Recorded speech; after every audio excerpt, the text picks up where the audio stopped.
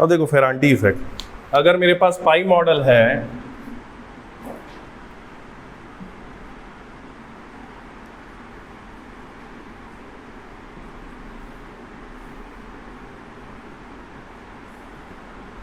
Pi model है ये, ठीक है, ट्रांसमिशन लाइन को या तो पाई मॉडल में रिप्रेजेंट करोगे या फिर टी मॉडल में।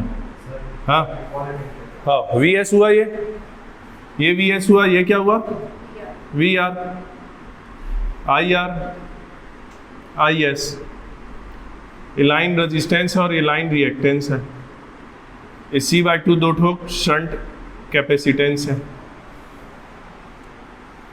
ये तो लोड हो गया, ठीक है।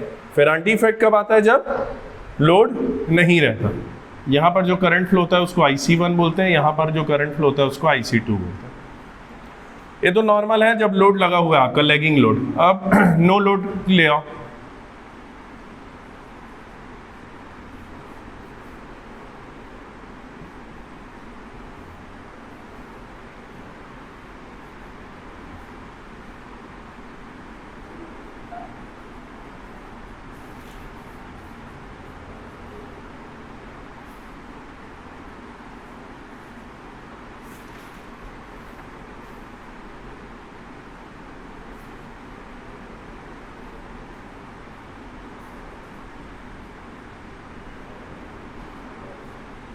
अब देखो नो लोड है, नो लोड है तो अब यह सर्किट कैसे बन गया? सेंडिंग एंड करंट तो है, ठीक है, सेंडिंग एंड करंट है, लेकिन ये लोड कट गया, लोड कट गया तो रिसीविंग एंड वोल्टेज जो है वो किसके क्रॉस अपीयर हो रहा है?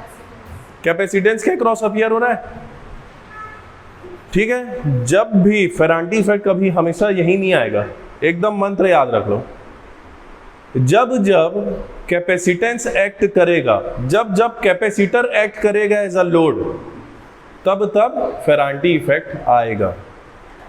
फिर से रिपीट कर रहा हूं, जब जब कैपेसिटर एक्ट करेगा एज अ लोड, तब तब फेरांटी इफेक्ट आएगा। दूसरे शब्दों में बोल रहा हूं, जब जब लोड में चार्जिंग करंट फ्लो होगा, तब तब फेरांटी इफेक्ट आएगा। जब जब लोड में चार्जिंग करंट फ्लो होगा, तब तब फेरांटी इफेक्ट आएगा। चार्जिंग करंट क्या होता है? Current flows through capacitance. जो करंट कैपेसिटेंस से फ्लो होता है उसको बोलते हैं चार्जिंग करंट। जब जब लोड में चार्जिंग करंट फ्लो होगा, उस समय फेरांटी इफेक्ट आएगा। फेरांटी इफेक्ट क्या होगा? यानी कि लोड वोल्टेज बढ़ जाएगा सेंडिंग वोल्टेज से, सोर्स वोल्टेज से। इंसुलेशन ब्रेकडाउन का प्रॉब्लम होगा जिसके कारण। अब देखो यहां तो कोई करंट नहीं जा रहा है, आई आर क्या है तुम्हारा? ओपन सर्किट है, जीरो है। आई आर नो लोड है तो जीरो है। तो ये जो करंट आ रहा है ना, ये सेम करंट जो है वो कैपेसिटेंस में भी जा रहा है। ये सीरीज में है ना, तीनों सीरीज में है। तो देखो ये जो करंट IC2 है वही करंट तो ये भी है, तो इसको भी मैं चार्जिंग करंट बोल दूं। यहां पर नहीं था वो चार्जिंग करंट, यहां पर नहीं था वो, लेकिन यहां पर है। क्यों? क्योंकि वही करंट कैपेसिटर से फ्लो हो रहा है। तो जो करंट कैपेसिटेंस से फ्लो होता है उसको चार्जिंग करंट बोलते हैं। यानी R और XL से भी वही फ्लो हो रहा है। आई बात समझ में? देखो उसका इक्वेशन लिखोगे क्या होगा? Vs is equal to VR plus ICR plus JIC XL। ये होगा ना। ये वोल्टेज क्या होगा? ये वोल्टेज, इन दोनों वोल्टेज में बड़ा कौन रहता है? ये होगा, मान लो यही होगा ना नॉर्मली। अभी फेरांटी इफेक्ट दिमाग से हटा दो, नॉर्मल सोचो। करंट अगर यहाँ से फ्लो हो रहा है तो ये ज्यादा बड़ा रहेगा। ये वोल्टेज इज इक्वल टू क्या होगा? ये इज इक्वल टू ये प्लस ये ड्रॉप प्लस ये ड्रॉप। आई बात समझ में? ये प्लस ये दोनों ड्रॉप इज इक्वल टू ये। तो Vs is equal to VR plus ICR plus ICXL। Clear है इतना? ठीक है। अब क्या होगा सुनो, फेजर बनाओ। VR को मैं लिया हूं अपना रेफरेंस, ये वाला वो नहीं आएगा ना क्योंकि VS के ही है क्रॉस। ये उसको VR लिख दिया हूं ना मैं, ये पूरे को VR लिख दिया हूं मैं, ठीक है, और ये पूरे को VS लिख दिया हूं। क्लियर है इतना? अगर मैंने VR को लिया है रेफरेंस वोल्टेज, तो आईसी कहाँ रहेगा? लीडिंग रहेगा 90 डिग्री। अब जोड़ो इसमें, वी आर में जोड़ो आईसीआर, वी आर में जोड़ूंगा आईसीआर तो किधर जाएगा? ऊपर जाएगा, इन फेज जाएगा। ये हो गया आईसीआर। उसमें जोड़ दो जे आई सी एक्सएल, 90 डिग्री मोड़ लो आई सी एक्सएल। अब ये तीनों जोड़ो तो वी एस बनेगा। अब यहां से देख के लग रहा है कि नहीं, V R is greater than, हो गया। यही फेरांटी इफेक्ट है, ठीक है।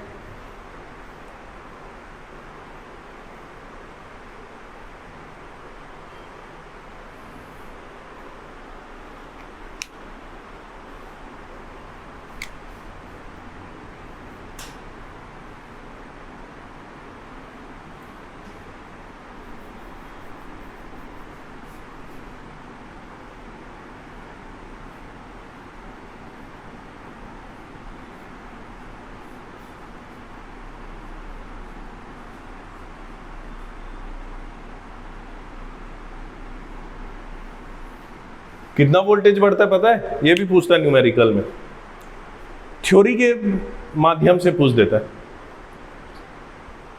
फेरांटी इफेक्ट में रिसीविंग एंड वोल्टेज कितना कितना मैग्नीट्यूड बढ़ता है? सेंडिंग एंड वोल्टेज के, ये IC XL, IC into XL, इतना ही अंतर से वी आर बढ़ता है, याद रखना है। पूछता है, थ्योरी पूछ देता है। हाँ, फेरांटी इफेक्ट में जो वोल्टेज बढ़ता है उसका कौन सा रहता है? लाइन रिएक्टेंस ड्रॉप होता है। वो लाइन रिएक्टेंस जितना होता है उतना ही बढ़ता है। आईसीआर जो रहता है वो नेग्लिजिबल होता है, इसको इग्नोर करते हैं अपन। ये भी जोड़ सकते हैं लेकिन इग्नोर करते हैं, ठीक है। क्यों इग्नोर करते हैं पता है? ये इसी के ऊपर खड़ा हो गया ना, ये कम कर रहा है मैग्नीट्यूड को, तो ये कम कर रहा है ना, तो आईसी एक्स, ये याद रखना। इसी को ना डेल वी बोल देते हैं, डेल वी आईसी एक्सएल को, ठीक है। आईसी क्या रहेगा? V phase divided by omega C, X C यानी कि ओमेगा सी, ठीक है। नेक्स्ट लिखो पॉइंट।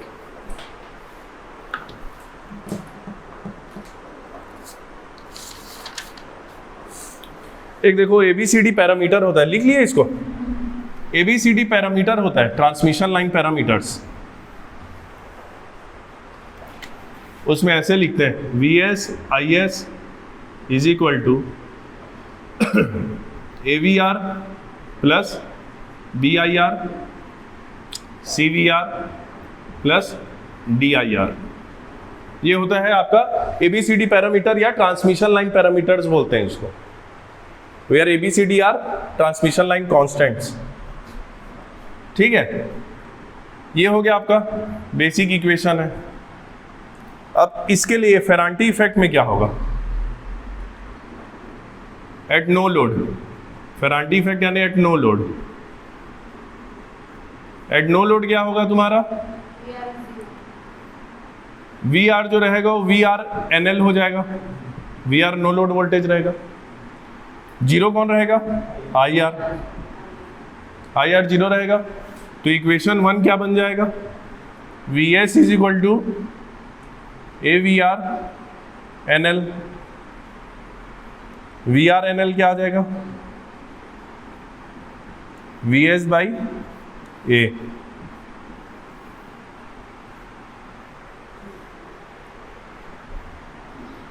ठीक है। At no load I S क्या रहेगा? चार्जिंग करंट रहेगा। नो लोड में आई एस क्या रहेगा? चार्जिंग करंट, और ये लोग ये रहेंगे, ठीक है। चार्जिंग करंट रहेगा तो इक्वेशन 2 में आ जाओ। क्या होगा equation 2? I C is equal to C V R N L. बंद कर दो डब्बे में। क्लियर है?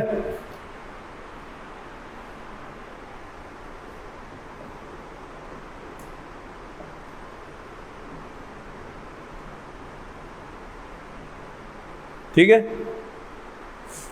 अब सपोज करो कि शंट इंडक्टर आपने लगा दिया है, फेरांटी इफेक्ट को कंपनसेट करने के लिए शंट इंडक्टर लगा दिया है। विथ शंट इंडक्टर लिखो, विथ LSH। LSH को लगाने के बाद क्या होगा?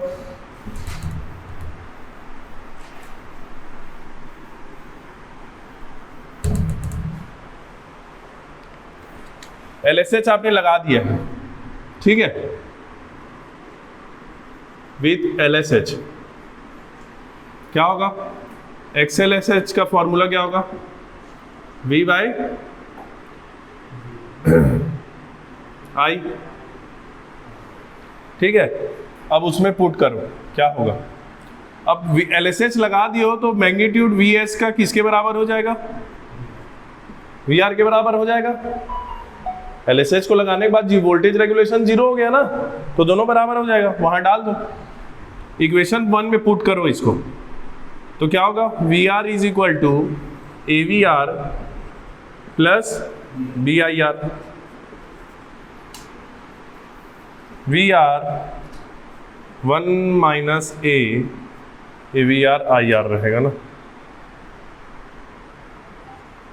1 minus A is equal to BIR।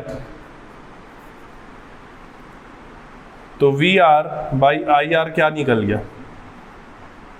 B upon 1 minus A, और यही क्या है आपका?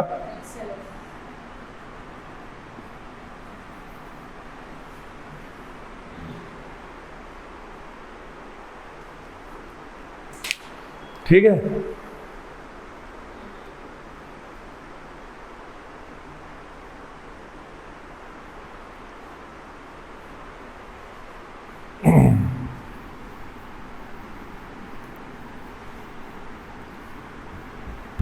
अब फिर वाला फॉर्मूला याद करो जो पावर फैक्टर वाला, पावर ट्रायंगल वाला पढ़ा रहा था मैं शंट कैपेसिटर के लिए।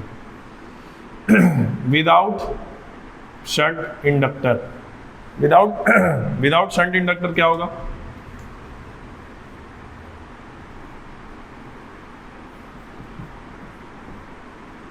ठीक है, ये आपका Q2 है, ये Q1 है, ठीक है।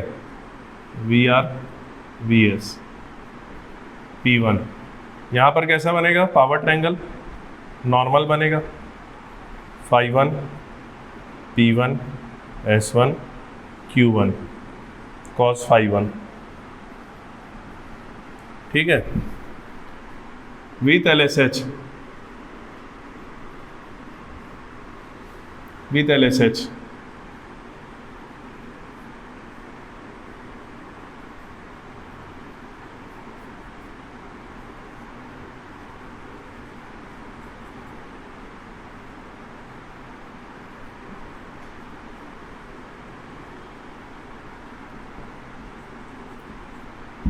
यहाँ क्या रहेगा? डायरेक्शन LSH में अंदर आएगा, एब्जॉर्ब करता है, ठीक है, एब्जॉर्ब करता है ना।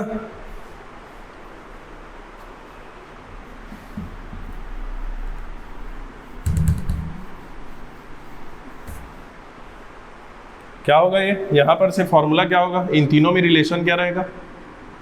Q2 is equal to Q1 plus QL, है ना, ये इन दोनों को कर रहा है।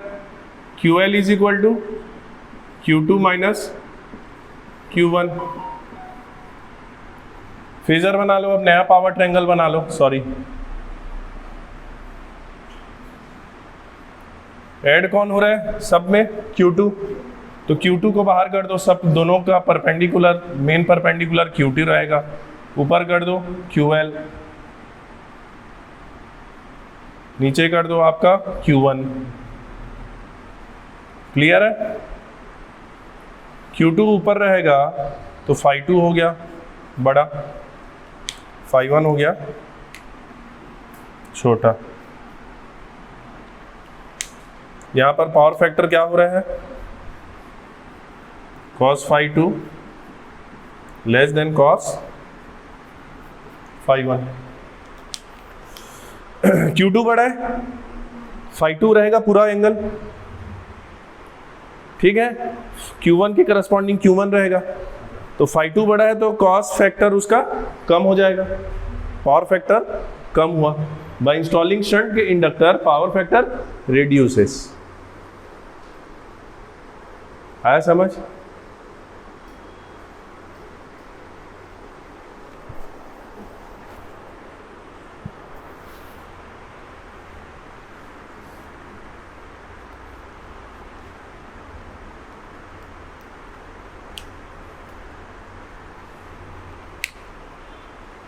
ठीक है,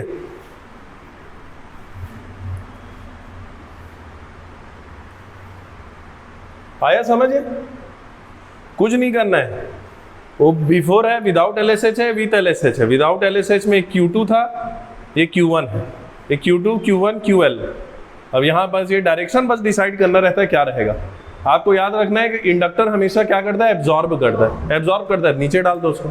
शंट के टाइम में, कैपेसिटर के समय वो ऊपर था क्योंकि डिलीवर करता है वो। ये लिख लिए आप तो Q2 रहेगा बड़ा, Q2 रहेगा पूरा, Q1 QL। इसमें फॉर्मूला क्या आएगा, इसमें QL का फॉर्मूला क्या आएगा, MVR। कितना MVR का चाहिए रहेगा, वही है P1 10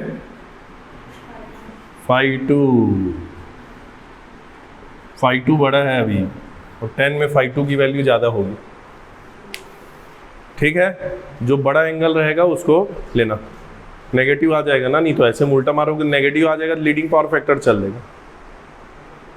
क्यों नेगेटिव हो जाएगा, लीडिंग हो जाएगा ना अगर साइन उल्टा कर दिए तो। क्लियर है? तो ये फॉर्मूला है, सेम उसके एलएसएच का भी लिख लोगे जो पुराना आप लिखे थे उसमें।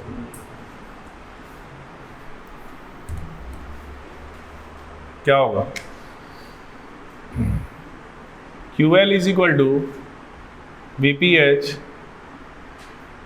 VI sin 90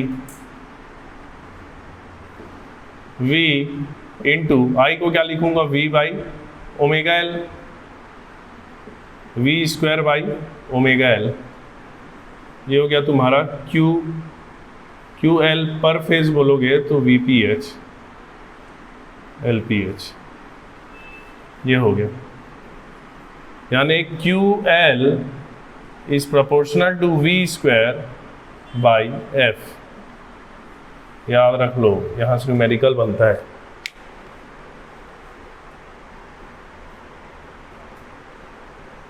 ठीक है, ठीक है, आए समझ? नेक्स्ट लिखो series capacitance.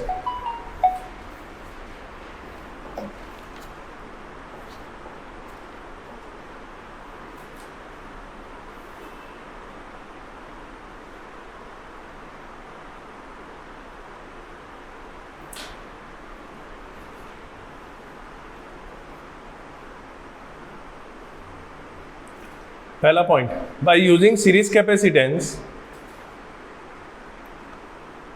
System stability increases. और क्या होगा, सिस्टम स्टेबिलिटी तो सुधर रहा है। सिस्टम स्टेबिलिटी बस किससे बिगड़ता है, इंडक्टर से।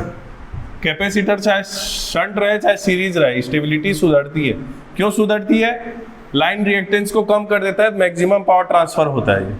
लिखो next point, amount of power transferred from sending end to receiving end increases।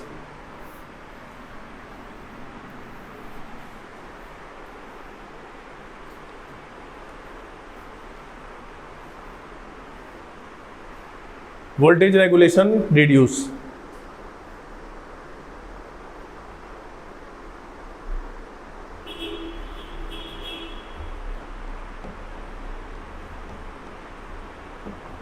ठीक है,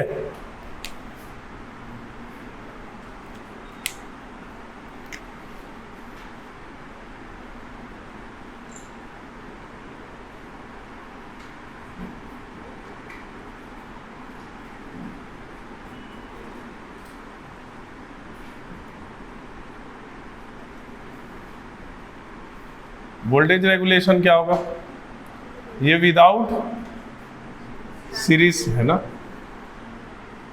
यहाँ वोल्टेज रेगुलेशन क्या होगा, VS minus VR upon VR। और इसका दूसरा फॉर्मूला भी मालूम है ना, I R cos phi plus X L sine five.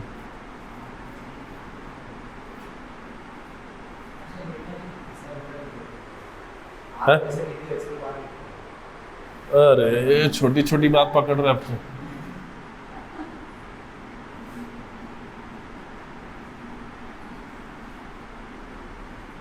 ठीक है, अब डाल दो बीच में with C S C.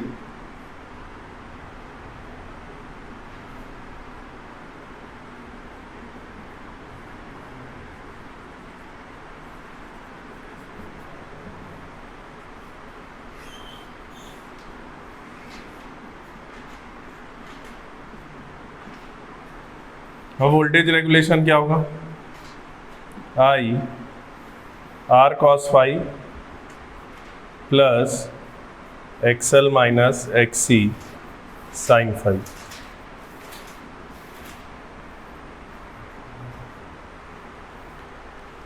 Voltage regulation कम होगा, वहां एक्सएल बस था, ये एक्सी को और कम कर रहा है।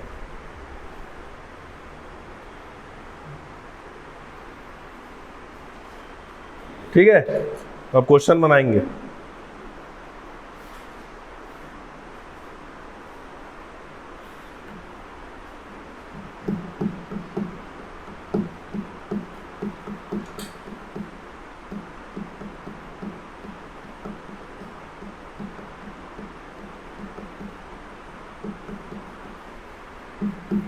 ठीक है, वोल्टेज रेगुलेशन अगर इसको मैं नाम दूं 2 या न्यू, ये वोल्टेज रेगुलेशन 1, तो voltage regulation 2 is less than voltage regulation 1। ठीक है, क्लियर है इतना? क्या चौधरी, क्वेश्चन लिखो, अब बताऊंगा भी किस में आए हैं ये।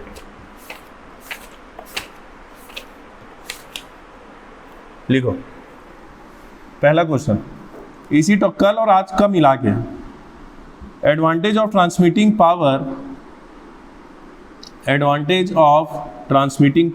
एट हाई वोल्टेज इज, ये किस में आए सवाल, पहले उसको लिख लेना उसी साइड में। एसएससी जेई यानी कि स्टाफ सिलेक्शन कमीशन जेई, हाँ ऑब्जेक्टिव।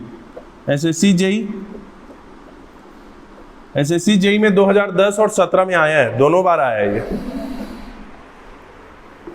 नेक्स्ट लिखना CSEB JE 2018, CSEB JE 2018। Option है magnitude of current will be small, magnitude of current will be small. दूसरा ऑप्शन है losses will be less, losses will be less. Third है it will reduce voltage drop in line, it will reduce voltage drop in line. Fourth है all.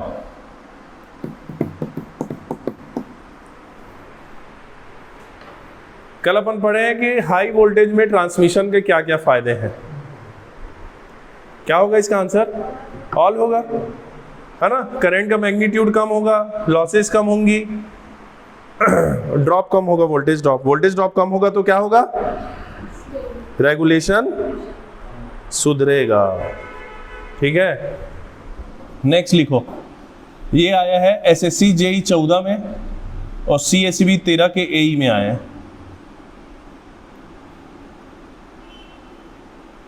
ठीक है, CSEB एई 2013।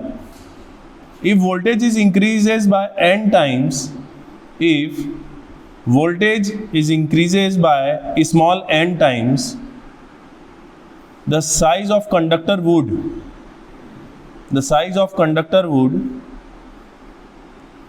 पहला increases by n times, size of conductor would increases by n times, दूसरा reduce by 1 by n, reduce by 1 by n, increases by n square, reduce by 1 by n square.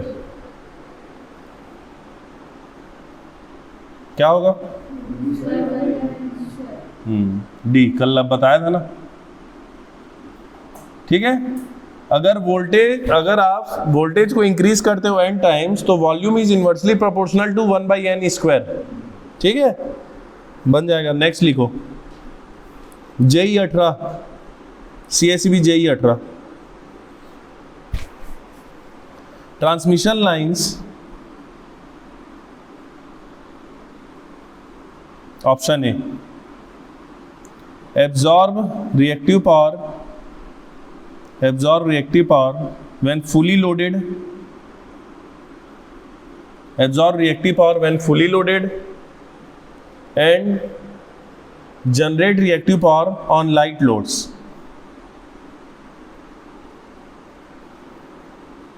ठीक है, option B, absorb करेगा, absorb Q when fully loaded and generate Q on light loads। B लिखना, इसी का उल्टा है B option, generate Q when fully loaded and absorb Q when light load।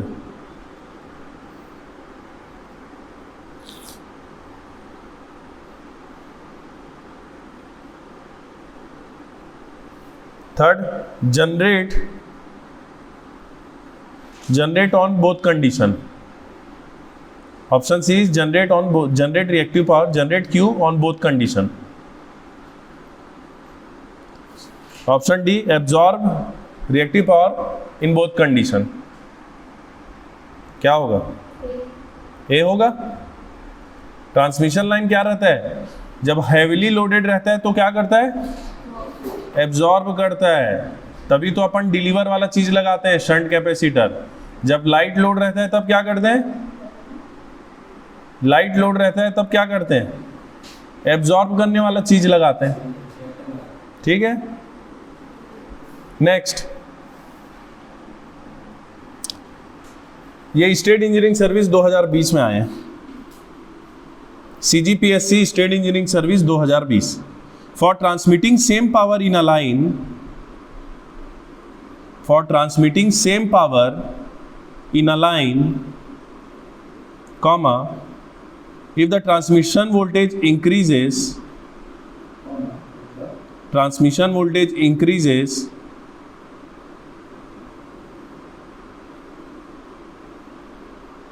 then conductor size,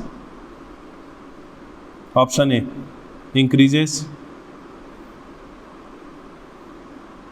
option B, remains same, option C, decreases, option D, none। क्या होगा? Decreases होगा। ठीक है ना? ट्रांसमिटिंग अगर पावर, अगर ट्रांसमिशन अगर अपन हाई वोल्टेज में कर रहे हैं तो वॉल्यूम ऑफ कंडक्टर कम होता है।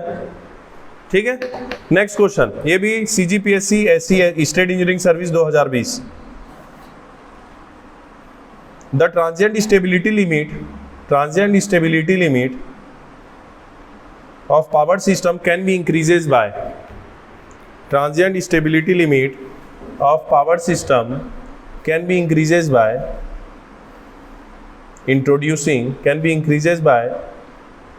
introducing, पहला,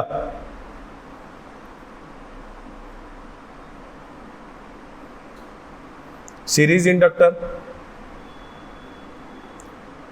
next shunt inductor, third series capacitance, fourth shunt capacitor. क्या होगा? Shunt capacitor. Transient stability limit बढ़ाना है, हाँ, ट्रांजिएंट स्टेबिलिटी लिमिट बढ़ाना है, यानी कि P मैक्स बढ़ाना है। कल बताया था ना मैं, वही स्टेडी स्टेट स्टेबिलिटी लिमिट भी है और ट्रांजिएंट स्टेट स्टेबिलिटी लिमिट भी है। P max is equal to V square by X. ठीक है, तो answer is series capacitance. Next, ये भी सीजीपीएससी ऐसी, देखो एक ही स्टेट इंजीनियरिंग सर्विस 2020 में 4 सवाल आया इस टॉपिक से, 4, 2 तो बता दिया, तीसरा एक और लिखो। CGPSC SES 2020, nearest KVAR compensation required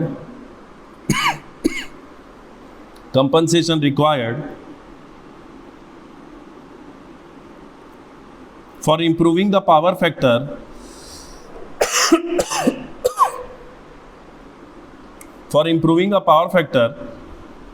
of a 1000 kilowatt from 0.8 lagging to unity power factor, from 0.8 lagging to unity power factor सुधारना है, यानी क्या लगेगा इसमें, शंट कैपेसिटर।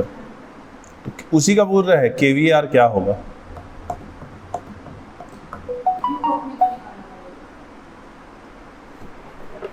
बहुत इजी है। Q for CSH is P1 10∅1 minus 10∅2। P1 दिया है आपका, P1 कितना है 1000, 10∅1 कितना दिया है 10 ऑफ cos इनवर्स 0.8, 36 के आसपास जाएगा, यानी 1036 रहेगा, ये 1036 के आसपास रहेगा, माइनस 10∅2 यूनिटी पावर फैक्टर यानी 10 यूनिटी पावर फैक्टर यानी cos 0, तो फाई क्या होगा 0, तो 10 0 इज 0, तो 1000 इंटू 1036 अप्रॉक्सीमेटली क्या होगा, 1030 क्या होता है, 1030 और 1045 क्या होता है, उसी के बीच का, तो क्योंकि चूंकि इस पेपर में कैलकुलेटर अलाउ नहीं है। 1045 क्या होता है,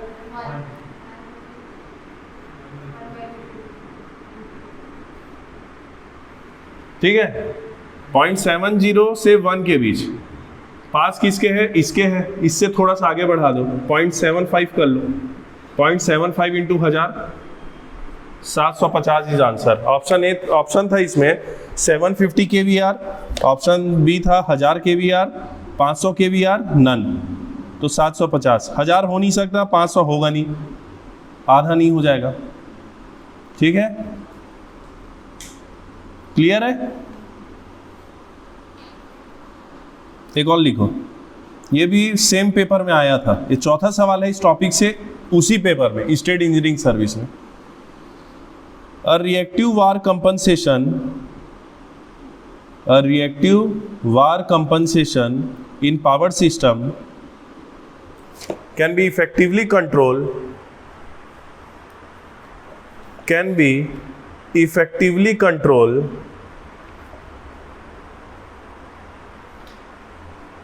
option A voltage, option B power factor, option C frequency, option D voltage and power factor. क्या होगा, ऑप्शन डी होगा। जो जितने क्यू कंट्रोल टेक्निक्स जितने हैं वो दोनों को सुधारता है, वोल्टेज प्रोफाइल भी सुधारता है और पावर फैक्टर भी सुधारता है। State engineering service 2017। क्वेश्चन है, when does the efficiency of transmission increases, efficiency of transmission increases. Option A when resistivity of conductor increases, when resistivity of conductor increases, resistivity समझे क्या है, हाँ, R is equal to rho L by A, तो और रो बढ़ाऊंगा तो are भी बढ़ेगा, एफिशिएंसी सुधरेगा क्या? नहीं सुधरेगा, रेजिस्टेंस बढ़ाने से थोड़ी बढ़ेगा। When resistivity of conductor increases, option B, when the area of cross section of conductor decreases, area of cross section of conductor decreases। हो गई इसे, इसको कम कर रहे हो तो ये फिर बढ़ रहा है। When the length of line increases, when the length of line increases, option C। option D, when line voltage increases। option E, उस समय 5 ऑप्शन आता था स्टेट इंजीनियरिंग सर्विस में। when current density of conductor increases, current density of conductor increases, क्या होगा answer?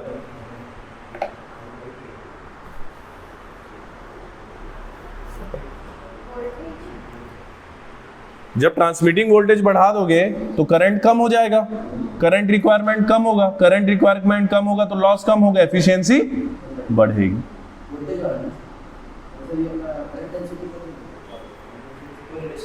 नहीं, उसका भी रिलेशन है, डिक्रीजेस में होता, इंक्रीजेस में नहीं होगा। Current per unit area.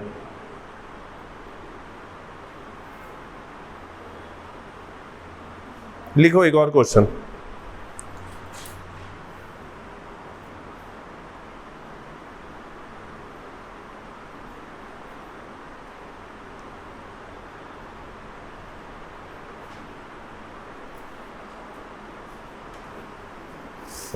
अ शंट रिएक्टर, ये आया आपका यूपीपीसीएल एई में, यूपीपीसीएस एई में, यानी Uttar Pradesh state engineering service AE 2020। ठीक है, यूपीपीएससी के एई में आया है। A shunt reactor of 100 MVAR is operated at 98% of its rated voltage. A shunt reactor of 100 MVAR is operated at 98% of its rated voltage. Shunt reactor है ना, and at 96% of its rated frequency.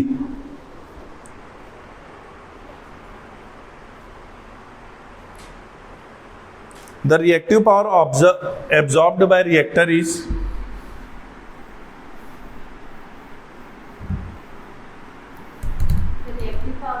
absorbed by reactor is, क्या होगा? क्या करोगे? Shunt reactor है 100 MVAR का, अब वो ऑपरेट हो रहा है 98% ऑफ रेटेड वोल्टेज में और 96% ऑफ रेटेड फ्रीक्वेंसी में। करेक्ट। अपन देखे थे shunt reactor QLSH is proportional to V square by F, तो 100 इंटू वोल्टेज कितना किया है? 0.98 का स्क्वायर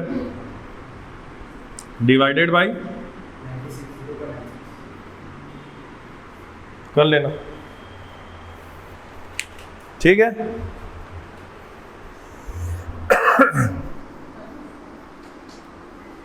हंड्रेड 100.04 आएगा, 100.04 MVAR।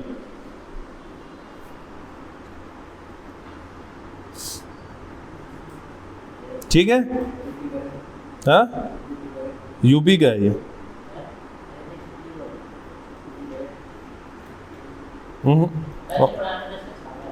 और लिखो question.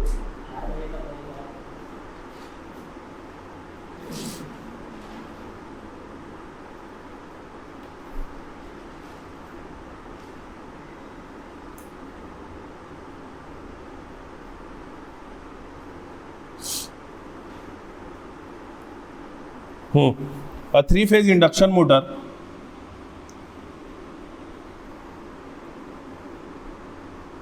having power factor 0.6 lagging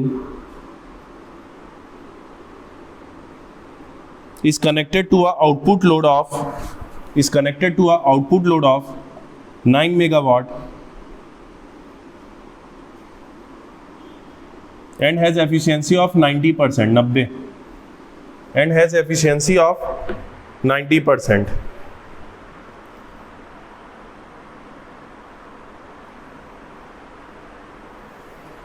Find the rating of shunt capacitor. Find the rating of shunt capacitor required for improving the power factor to 0.8 lagging. And the rating of shunt capacitor. For improving the power factor to 0.8 lagging. Rating पूछा है, rating यानी क्या निकालना है? QC है ना, तो QC निकालना है। QC क्या होता है फॉर्मूला? P1 into 10/1 10/2। ठीक है, 5/1 क्या है? पुराना पावर फैक्टर, नया क्या है? 5/2। पुराना कितना था? 0.6 लैगिंग, यानी cos इनवर्स 0.6। नया क्या करना है? 0.8। 5/1 5/2 मिल गया मेरे को। P1 कितना है?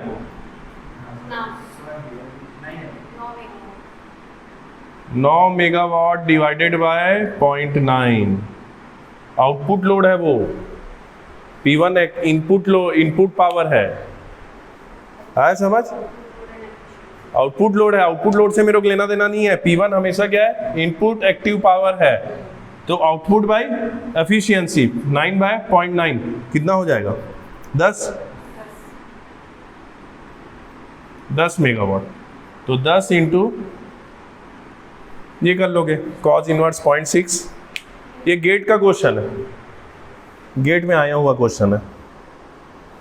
ये बिना कैलकुलेटर के नहीं बनेगा, इनवर्स है क्योंकि।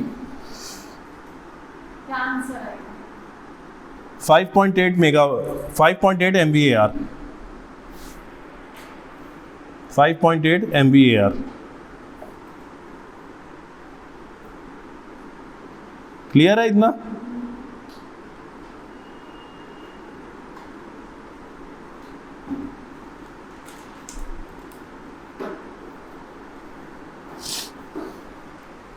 ठीक है, देखो जो एवरेज पावर होता है ना इंडक्टर, कैपेसिटर एंड रेजिस्टेंस में, एक चीज याद रखना, एक और बता रहा हूं मैं, बेसिक चीज है।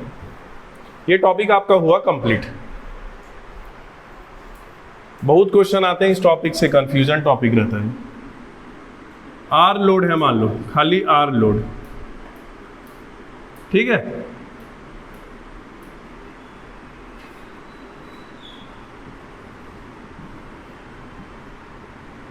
Vm sin omega t R load है, तो इसमें क्या होगा? ये मान लो Vm, आई भी कितना रहेगा? V/R। ऐसी रहेगा, इसी फेज में रहेगा, रजिस्टिव लोड है तो ये V है, ये क्या है? I है। प्रोडक्ट क्या होगा इन दोनों का?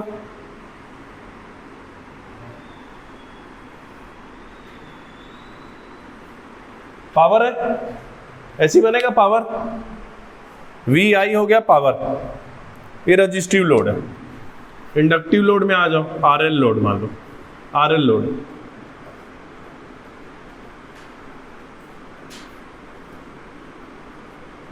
इसमें कैसे बनेगा? ये V है, ठीक है, ये V है। आई कहां से रहेगा?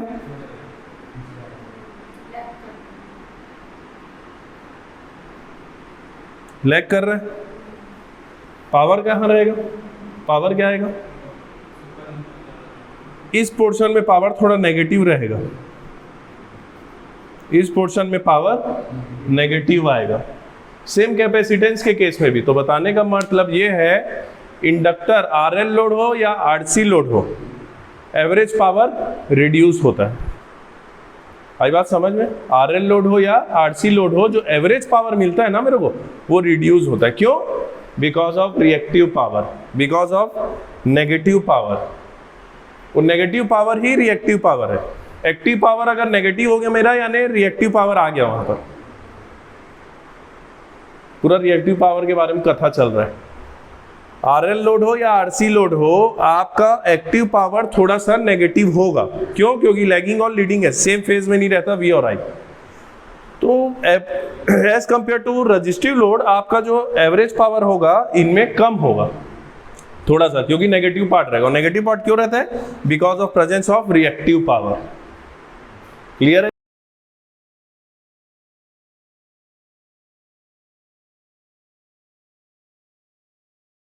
इतना